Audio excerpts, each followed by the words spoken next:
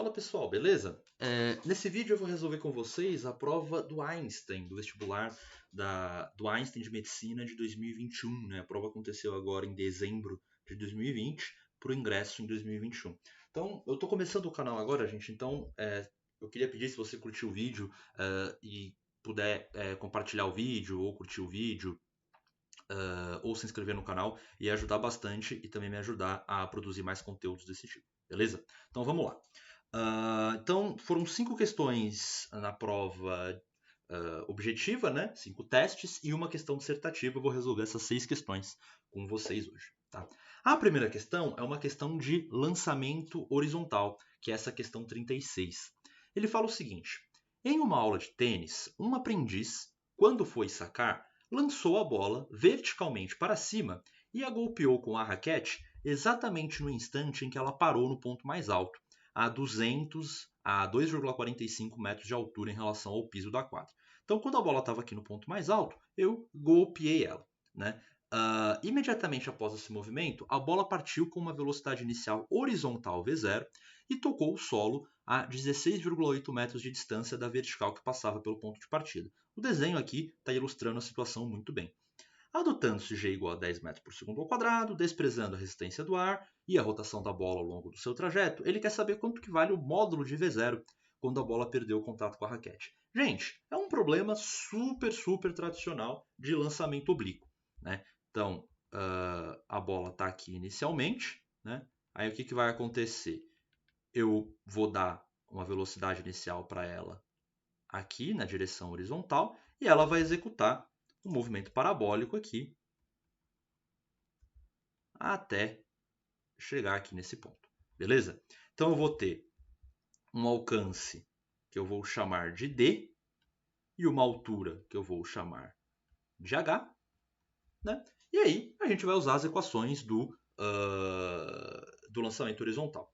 A gente sabe que na horizontal a gente tem um movimento uniforme, então eu posso dizer que o deslocamento D na horizontal é igual à velocidade V0 vezes o tempo de voo, né? E na vertical eu tenho um movimento de queda livre. O movimento de queda livre a gente sabe que a altura é dada por gt² dividido por 2. Se você não lembrar essa expressão, lembra que a gente pode usar o famoso sorvetão, né? A gente pode usar aqui as equações do move, por exemplo. E aí a gente vai falar que a velocidade inicial é zero, a gente pode supor que a posição inicial é zero, aí o S toma o papel do deslocamento, que vira h, né? E o A é o G, a gente chega exatamente nessa expressão aqui, beleza? E aí o que a gente vai fazer é substituir uma expressão na outra. Então o que eu vou fazer? Eu vou pegar, usando a altura, eu vou calcular o tempo de voo, e aí eu vou substituir esse tempo aqui, conhecendo o D, eu encontro o V0, beleza? Então vamos lá, vamos fazer isso. Vamos vir aqui. Ó. Primeiro a gente vem aqui e substitui a altura e o G. Vai ficar o seguinte, vai ficar 2,45 igual a 10 t ao quadrado dividido por 2. Aí eu vou passar o 2 multiplicando, vai dar 4,9. E aí eu passo o 10 dividindo, dá t ao quadrado igual a 0,49. Eu tiro a raiz, eu encontro um tempo de 0,7 segundos. Então isso significa que a bolinha fica no ar aí por 0,7 segundos. Aí agora eu vou pegar e vou substituir aqui. Vai ficar o seguinte, vai ficar 16,8 é igual a V0 vezes 0,7. Portanto, V0 vai ser 168 dividido por 7. 168 dividido por 7, eu acho que vai dar 24. Mas deixa eu fazer a conta aqui na calculadora rapidinho só para confirmar. Dá 24 certinho. Então, 24 metros por segundo. Essa é a velocidade com que a bola é lançada da raquete. Tudo bem? Então, a gente chega aqui na alternativa B. Essa é a resposta do problema dessa primeira questão. Uma questão super tradicional de lançamento horizontal. Tá? A velocidade é de 24 metros por segundo. Beleza? Então, questão tranquilinha, tradicional, sem nenhum problema. Agora a gente vai para a questão de número 37. A questão de número 37 poderia muito bem ser uma questão de matemática, tá? A questão 37 podia ser uma questão de matemática, porque, no fundo, o que a gente precisa aqui é brincar com uma equação de reta. Tá? A gente não usa aqui nenhum conceito de física muito apurado para resolver o problema, não. Beleza? Então, é uma questão aqui sobre um paciente que está com febre, né? E a gente vai simplesmente encontrar a equação da reta. Mas vamos ler o enunciado primeiro. Um médico criou sua própria escala de temperatura para classificar a febre de seus pacientes, né? Em 5 níveis, de acordo com o quadro. A relação entre as temperaturas de um paciente febril e o nível da febre, segundo a classificação desse médico, segue um padrão linear. Então, quem está com 37 graus é considerado no nível leve, e quem está aqui no nível 1, né? E quem está nos 42 graus é considerado no nível 5. Um paciente teve sua temperatura corporal medida e eu obtive o valor aqui de 40,5 graus Celsius. Eu quero saber em qual nível eu estou. Tá? Então, assim, a gente poderia resolver esse problema usando a equação de reta. Tá? Como que a gente faria isso? A gente acharia a equação dessa reta. Aí vocês podem usar Yo-Yo-Mi-Shosho de geometria analítica, vocês podem usar y igual a x mais b, fazer o que vocês quiserem, fazer semelhança de triângulo, vocês podem fazer o que vocês quiserem. Tá? E aí vocês encontram a equação da reta, substituem o y igual a 40,5, acham o valor de x, né? E aí vocês veem entre qual classificação o cara tá. Beleza? Eu vou fazer esse exercício como uma analogia com escala de temperatura, porque afinal é uma prova de física. Então, eu vou fazer a analogia que eu vou fazer é a seguinte. Imaginem que eu tenho aqui a escala em graus Celsius e aqui eu coloque a escala de nível, que eu vou chamar de escala X, beleza? O que eu sei? Eu sei que quando eu estou a 37 graus Celsius, eu estou no nível 1.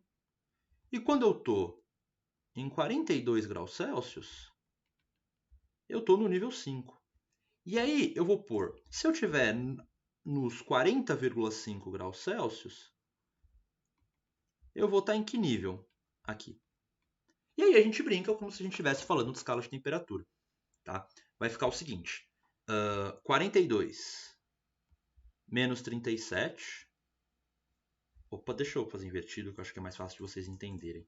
Se eu fizer 40,5 menos 37 dividido por 42 menos 37, então o que eu fiz? Eu peguei esse pedacinho, dividi por esse pedação, isso tem que ser igual a x menos 1, que é o mesmo pedacinho do outro lado, dividido por 5 menos 1. E aí vai ficar 3,5 sobre 5 é igual a x menos 1 sobre 4. 3,5 dividido por 5 dá 0,7. Vezes 4 dá 2,8. Então a gente tem que x menos 1 é 2,8. Logo, x é 3,8. Bom, se x é 3,8, significa que eu estou aqui, ó, entre os níveis 3 e 4. Tudo bem? Então eu estou entre a classificação alta e a preocupante. Alternativa A. Beleza? Então, exercício super tranquilo, gente. Exercício aqui tradicional. Essa questão poderia muito bem estar numa prova do Enem, por exemplo, de matemática. Né? Se caísse uma questão igualzinha na prova de Enem de matemática, inclusive se eu mostrar essa questão, se alguém mostrasse essa questão para mim e perguntasse de onde é essa questão, eu falaria, é da prova do Enem de matemática. Né? Mas não, é da prova de física do Einstein. Tá? Então aqui é uma questão que não é nem um pouco diferente, né? Um candidato bem preparado com certeza saberia resolver esse tipo de questão, mas eu fico um pouco surpreso dessa questão tá na prova de física. Tá? Inclusive, por isso eu tentei fazer uma resolução envolvendo um pouquinho mais de física, mas daria para a gente ir no caminho da equação de reta sem problema nenhum e resolver do jeito tradicional de matemática. Beleza? Então foi isso, gente. Agora vamos para a próxima questão. A próxima questão é uma questão de refração, a questão de número 38 da prova, uma questão de refração, uma questão bem bonitinha de refração, tá? Simples, inclusive. Ele fala o seguinte na questão, deixa eu aumentar ela aqui para vocês. Ele fala assim, olha, dois raios de luz monocromático e de mesma cor, 1 e 2, atravessam um bloco transparente e imerso no ar, com a forma de um paralelepípedo reto retângulo, conforme a figura. Considerando os valores apresentados na tabela, aqui é o seno para diversos ângulos, e sabendo que o índice de refração do ar é 1, ele quer saber quanto que vale o ângulo alfa aqui, tá, gente? Então, o que a gente vai fazer? A gente vai brincar um pouquinho aqui de lei de Snell, tá? A gente vai começar, primeiro passo, usando o raio 1, a gente vai determinar o índice de refração, que eu vou chamar de N, né, desse bloco transparente. E aí, usando esse índice de refração, a gente vai brincar com a lei de Snell aqui no raio 2 para encontrar esse ângulo alfa. Beleza? Então vamos lá. Primeira coisa, usando aqui um pouquinho de geometria básica, a gente vê que esse ângulo aqui é de 30 graus, né? Beleza? Esse ângulo aqui é igual a esse ângulo aqui. E aí eu vou usar a lei de Snell aqui, ó. Quando eu usar a lei de Snell ali, vai ficar o seguinte. N do meio vezes o seno de 30. Né? Lembra que a lei de Snell é pegar o índice de refração vezes o seno do ângulo que o raio forma com a normal naquele meio. Então, N vezes o seno do ângulo de incidência é igual ao N do ar vezes o seno do ângulo refratado. Nesse caso, seno de 90. Né? E aí, gente, seno de 30 é meio, seno de 90 é 1, fica N vezes meio é igual a 1, que é o índice de refração do ar, vezes 1. Portanto, o índice de refração do meio transparente aqui é simplesmente 2. Beleza? Só isso. Agora, para achar esse ângulo alfa, a gente brinca com a lei de Snell aqui. Ó. Agora vamos fazer a lei de Snell aqui. Vai ser N do ar, que agora é o N aqui fora, vezes o seno do ângulo de incidência, seno de 60, é igual ao N do bloco transparente vezes o seno do ângulo de refração, que é o ângulo aqui alfa, que o raio refratado faz com a normal. Seno de alfa. Bom, vai ficar então 1 vezes seno de 60, 0,87, igual a 2 seno de alfa. Passo o 2 dividindo, seno de alfa igual a 0,87 dividido por 2. Isso aqui vai dar 0,435, né? Olhando aqui na tabelinha, provavelmente o alfa deve ser alguma coisa muito perto de 25 graus. Beleza? Então, caímos aqui na alternativa D de dado, o ângulo alfa vale 25 graus. Então, uma questão bem legal que a gente teve que usar a lei de Snell 2 vezes. Né? Uma para descobrir o ângulo de refração, o índice de refração, né? Desse bloco transparente. E aí, depois, a gente faz uma outra lei de Snell para descobrir quem é o ângulo refratado aqui. Beleza? Então, uma questão tranquilinha. Eu acho que não deve ter trazido nenhum problema. Quem lida bem com a lei de Snell não deve ter tido problema para fazer essa questão. Legal? Bom, a próxima questão é uma questão teórica sobre ondas. É a questão de número 39 sobre ondas. Inclusive é uma questão muito legal, tá? Porque ela envolve aí um assunto que está em alta nesses tempos de pandemia. Né? Teve uma polêmica envolvendo aquele termômetro digital no infravermelho. Né? As pessoas falavam que ele podia causar problemas. Aí teve gente falando que dava câncer, essa onda de fake news, né, que está aparecendo cada vez mais aí na nossa sociedade. E aí a questão fala sobre isso. Tá? Obviamente não fala sobre fake news e câncer, mas fala sobre esse equipamento. Tá? Então vamos lá. A utilização de termômetros digitais infravermelhos, de testa ou auriculares, tornou-se comum para a aferição de temperatura à distância. Então a gente tem aqui, né, todo mundo nesse tempo, nessa pandemia já deve ter ido no mercado, e aí chegou o cara lá, o fiscal lá do mercado, segurança, e apontou o termômetro para a gente, para nossa cabeça, na nossa mão, sei lá, né, nosso pulso. Então todo mundo já viu isso aqui. Né? Os modelos mais simples desses termômetros possuem uma lente que focaliza a energia infravermelha irradiada por uma pessoa no detector do instrumento, convertendo-a em um sinal elétrico que pode ser exibido em unidades de temperatura. Basicamente, gente, a gente emite radiação na faixa do infravermelho. A gente emite ondas eletromagnéticas da gente na faixa do infravermelho. E a partir da análise desse espectro de energia que a gente está emitindo, a gente consegue tirar a temperatura do nosso corpo. Né? É assim que funciona um termômetro de infravermelho. Na verdade, a gente pode usar um esquema muito parecido para determinar a temperatura do Sol. A partir da luz que o Sol emite, a gente monta o espectro, né, de radiação, vê onde que está ali a temperatura máxima emitida, né, a temperatura, ver qual que é a região do espectro onde a intensidade de emissão é mais forte, né, e daí a gente consegue tirar a temperatura do Sol, né, usando uma lei que é chamada lei de Wien. Tá? Um negócio aí de física moderna que não é muito abordado no ensino médio. Isso aqui eu estou falando só como curiosidade, tá, gente? Não precisava disso para resolver a questão. Tá? E a gente consegue relacionar aí o pico da radiância espectral, né, do espectro de radiação, com a temperatura. Tá? Então é um esquema muito parecido. A diferença é que o Sol emite predominantemente na faixa do visível, enquanto que a gente emite predominantemente na faixa do infravermelho. Por isso que a gente não vê uma pessoa brilhar, né? A gente não enxerga a radiação emitida por um ser humano, por um corpo, né? Por nós mesmos, porque está numa faixa fora da faixa visível. Beleza? Bom, então vamos lá. O que ele quer saber é o seguinte: o funcionamento do termômetro digital no infravermelho baseia-se em um tipo de onda. Bom, então você tem que saber que tipo de onda está relacionado aqui com o infravermelho. Gente, é a onda eletromagnética. Tá? O infravermelho é uma faixa do espectro eletromagnético. O espectro eletromagnético tem lá as microondas, ondas de rádio, aí tem o infravermelho, visível, ultravioleta, raio-x e raio gama. Tudo bem? E aí o infravermelho é um pedacinho, né, da faixa aí do espectro eletromagnético, então é uma onda eletromagnética. O que a gente sabe de ondas eletromagnéticas? Ondas eletromagnéticas são ondas eletromagnéticas, obviamente, elas podem se propagar no vácuo, elas são ondas transversais, tá? E todas se propagam com a mesma velocidade. Tá? Então todas as ondas do espectro eletromagnético se propagam com a mesma velocidade. Tá? Então vamos lá, vamos ver a afirmativa por afirmativa. Ele fala assim, é uma onda, alternativa A, onda longitudinal, como ultravioleta, que não pode ser detectado pela retina do olho humano.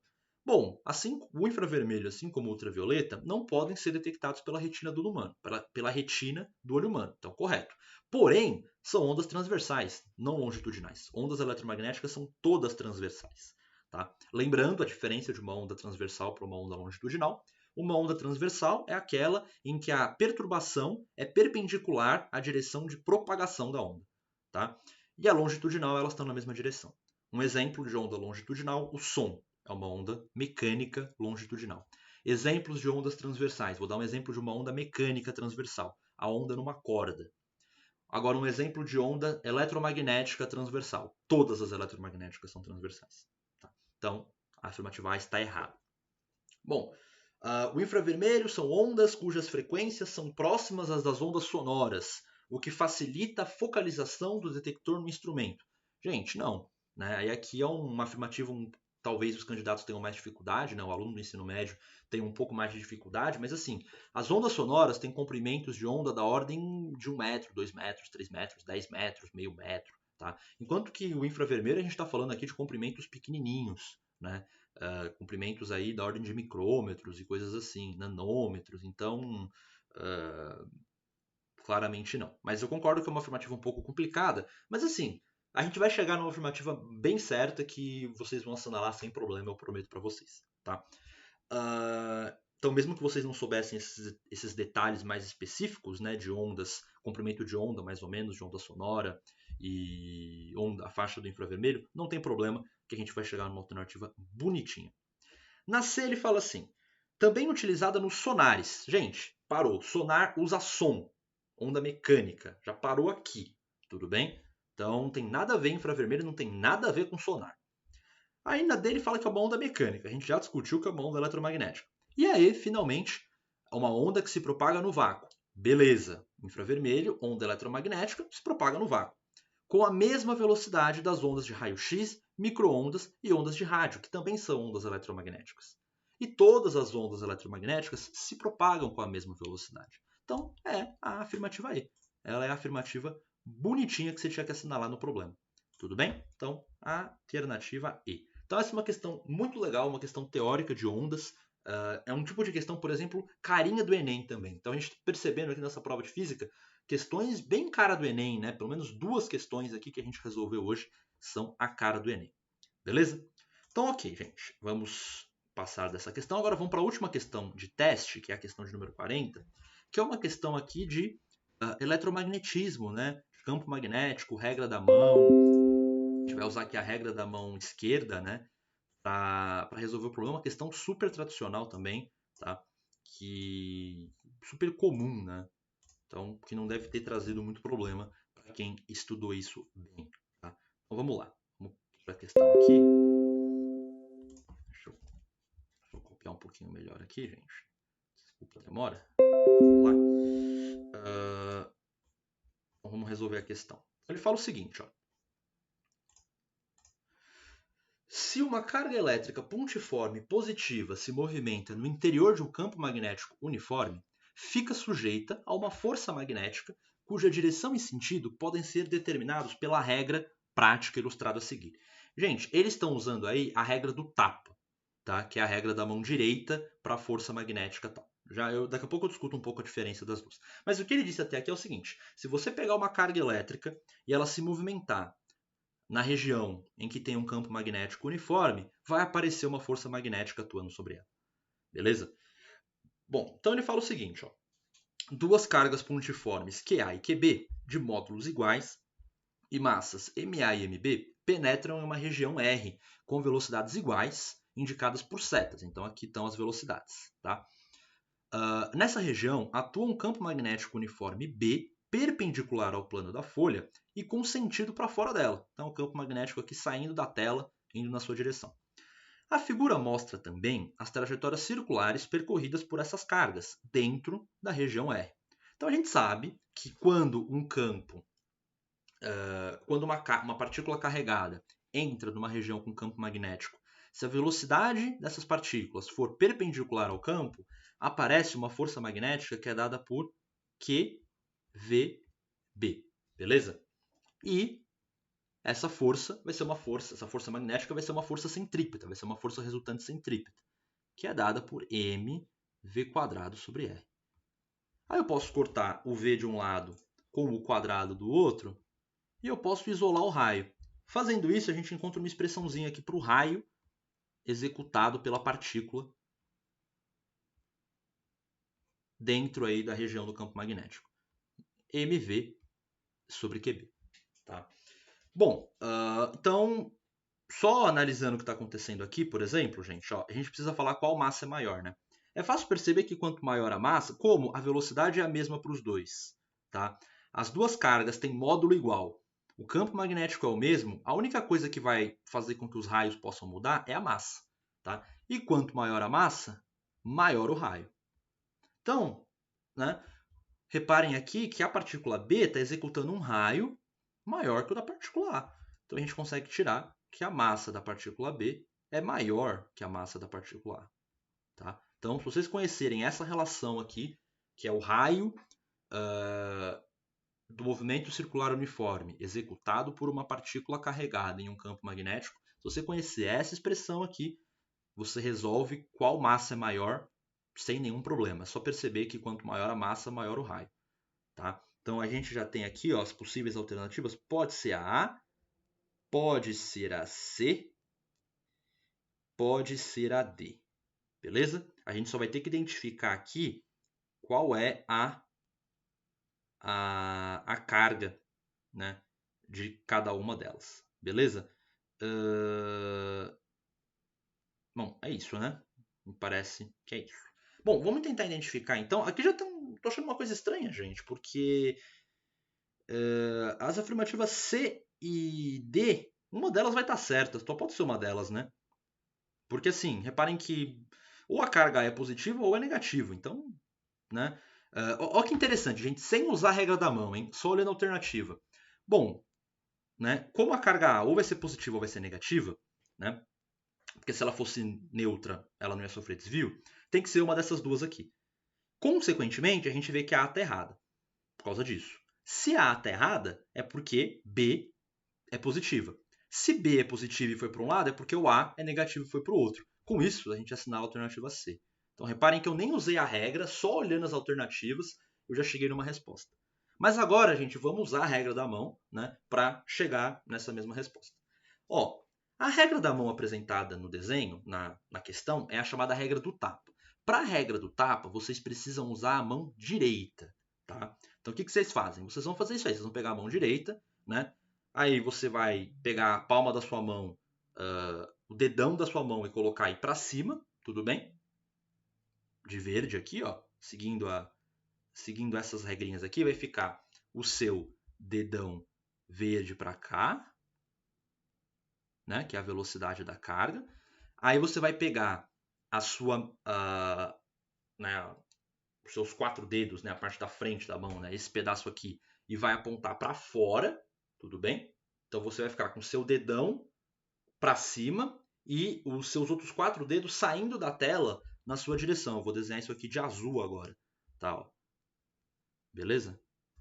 E aí vocês vão pegar e dar um tapa, beleza? Vocês vão dar um tapa, né? Que é basicamente pegar a palma da mão e dar um tapa com ela. Vocês vão ver que a força dá para cá, ó. A força magnética vai dar para a direita. Isso significa que as partículas que desviam para a direita são as partículas positivas. E as partículas que desviam para a esquerda são as partículas negativas. E aí a gente encontra que a carga A é negativa e vai para a alternativa C. Tudo bem, gente? Bom, se você não gosta da regra do tapa, prefere usar a regra da mão esquerda, que é a regra que eu uso, é o seguinte, a regra da mão esquerda é, você vai pegar a mão esquerda e aí você vai fazer o seguinte. Eu vou tentar desenhar uma mão aqui, tá? Então vamos lá. Ó. Temos aqui o dedão, aí a gente tem o indicador, aí o dedo do meio aqui e os demais 2 dedos aqui. Gente, eu sei que essa mão ficou horrível, mas o que importa é o seguinte, tá? Esse cara aqui representa a força magnética, o dedão representa a força magnética, tá? O indicador representa a velocidade que está... Não, representa o campo, desculpa. Representa o campo magnético. E esse aqui, que é o dedo do meio, ele representa a velocidade. Então, o que você vai fazer? Você vai colocar o seu dedo do meio. Você vai pegar a mão esquerda agora, tá? Mão esquerda. Aí você vai pegar o seu dedo do meio, apontar aí para cima, né? Na setinha verde. Pegar o seu dedo indicador e apontar para fora. Então você vai pegar e deixar seu dedo do meio apontando para cima, seu dedo indicador apontando aí para fora da tela e você vai ver que o seu dedão vai estar apontando para direita, que é exatamente o que a gente tem aqui. Tá? Então, as duas regras são totalmente equivalentes. Use a que você preferir. Tá? E aí, usando essa regra, como que você usa essa regra como critério para saber se a carga é positiva ou negativa? Você vai fazer assim. Se a partícula desviar, se a carga desviar para o lado que deu a força, significa que aquela carga é positiva.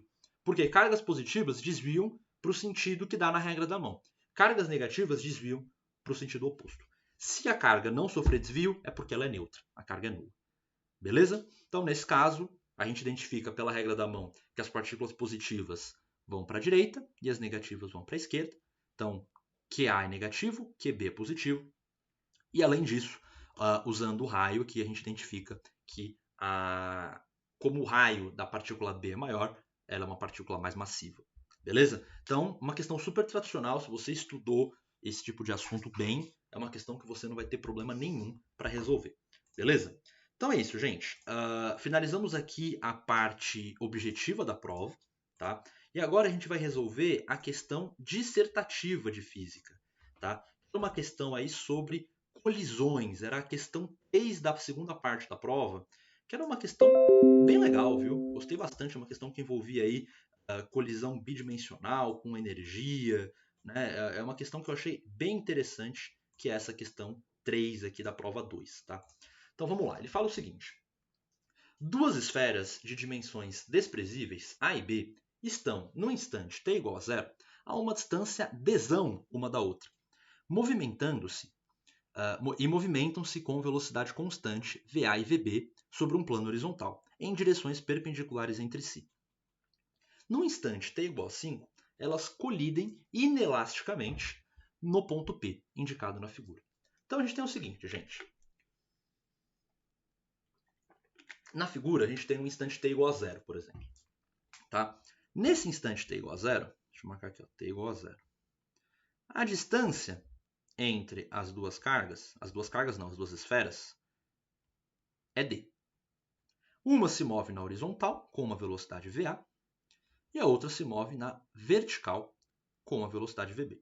5 segundos depois, elas vão colidir inelasticamente aqui no ponto P.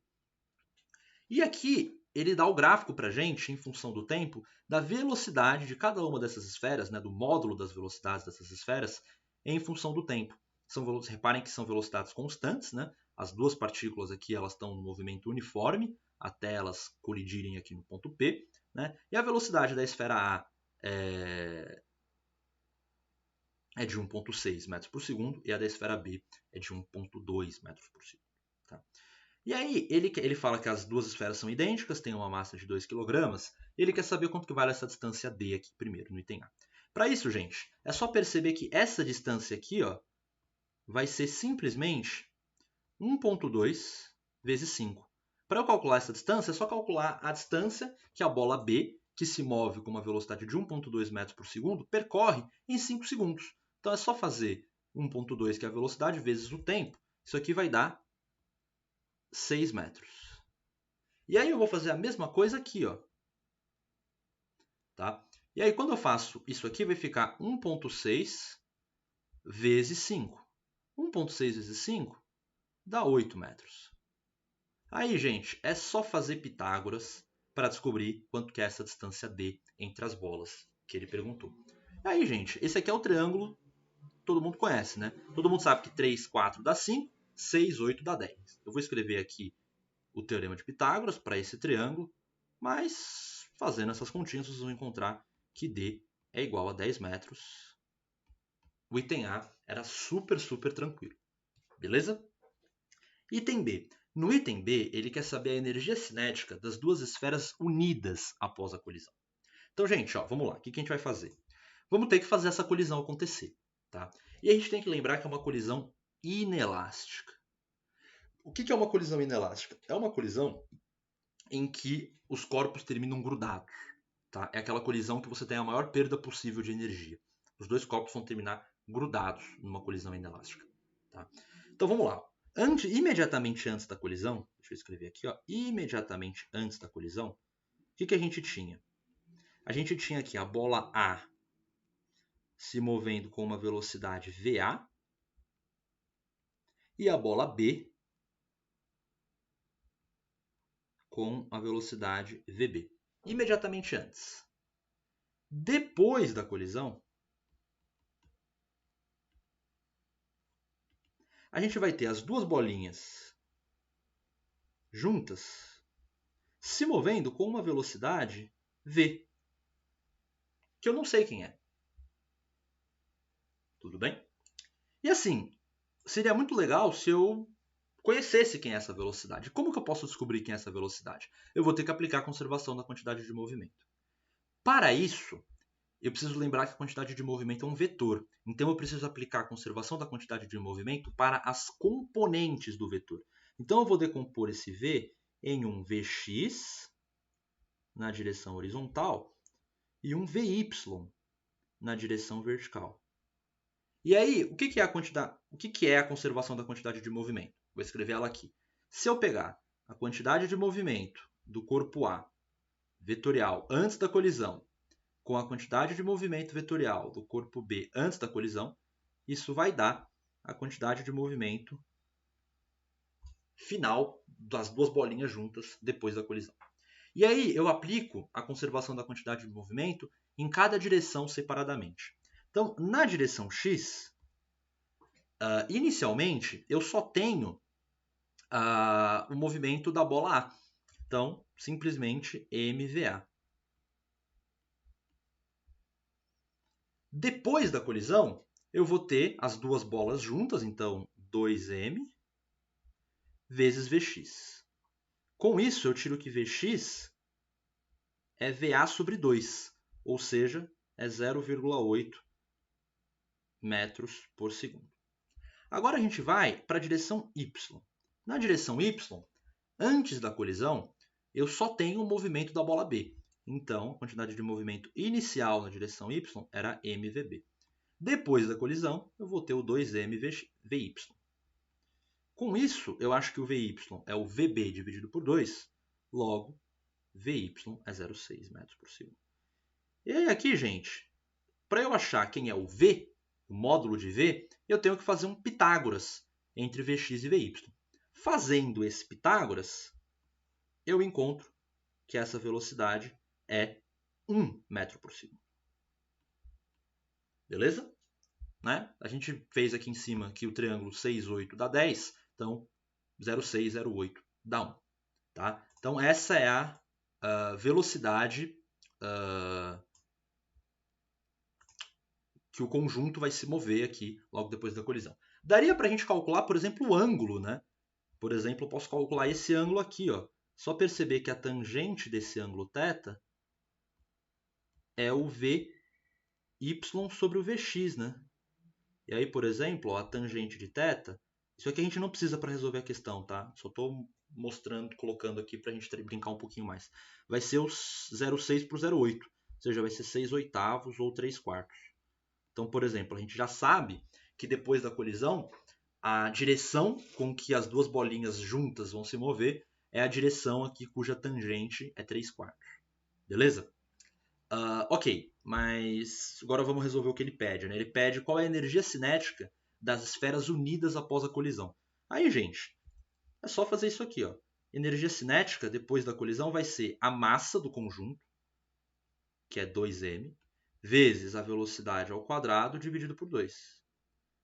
O 2 vai cortar com 2, vai ficar a massa, m, que é 2, vezes 1 ao quadrado, 2 joules. Só isso, gente. Energia cinética aí, depois da colisão, é de 2 joules. E aí, a questão poderia ter perguntado o seguinte, ela poderia ter perguntado qual foi a energia cinética perdida na colisão. O que vocês fariam? Vocês calculariam a energia inicial, a energia cinética inicial, que seria massa m, VA quadrado sobre 2, mais m, VB quadrado sobre 2. E aí, fazendo essa continha, vocês iam calcular a velocidade inicial, a energia cinética inicial, e aí, fazendo a energia cinética inicial menos a final, que foi esses 2 joules que a gente encontrou, vocês conseguiriam calcular, por exemplo, a energia cinética perdida, tá? Na colisão. Tudo bem? Então, ok, gente. Então, era uma questão aqui um pouco mais difícil, né? Que a prova objetiva é normal, uma questão dissertativa, então, geralmente dá um pouco mais de trabalho. O item A era relativamente simples. O item B envolvia aqui um assunto um pouco delicado, tá? Colisões em 2 dimensões é um assunto delicado, que não é tão cobrado assim, e as pessoas, geralmente as pessoas já têm um pouco de dificuldade em entender colisões em uma dimensão. Né? Aí quando a gente vai para 2 dimensões e ainda mistura com energia, o negócio complica um pouco mais. Mas a ideia básica, né, é vocês resolverem a conservação da quantidade de movimento na direção horizontal e vertical separadamente. Beleza? Então é isso. Espero que vocês tenham tido um bom resultado. Espero que vocês tenham tido um bom desempenho na prova. Tá? Eu peço novamente para vocês darem uma força no canal. Se inscrevam, compartilhem, curtam o vídeo, façam comentários, aí deem algum tipo de feedback se vocês gostaram do conteúdo ou não, para eu continuar produzindo vídeos assim. Beleza? Então é isso. Boa sorte para todo mundo aí e até a próxima.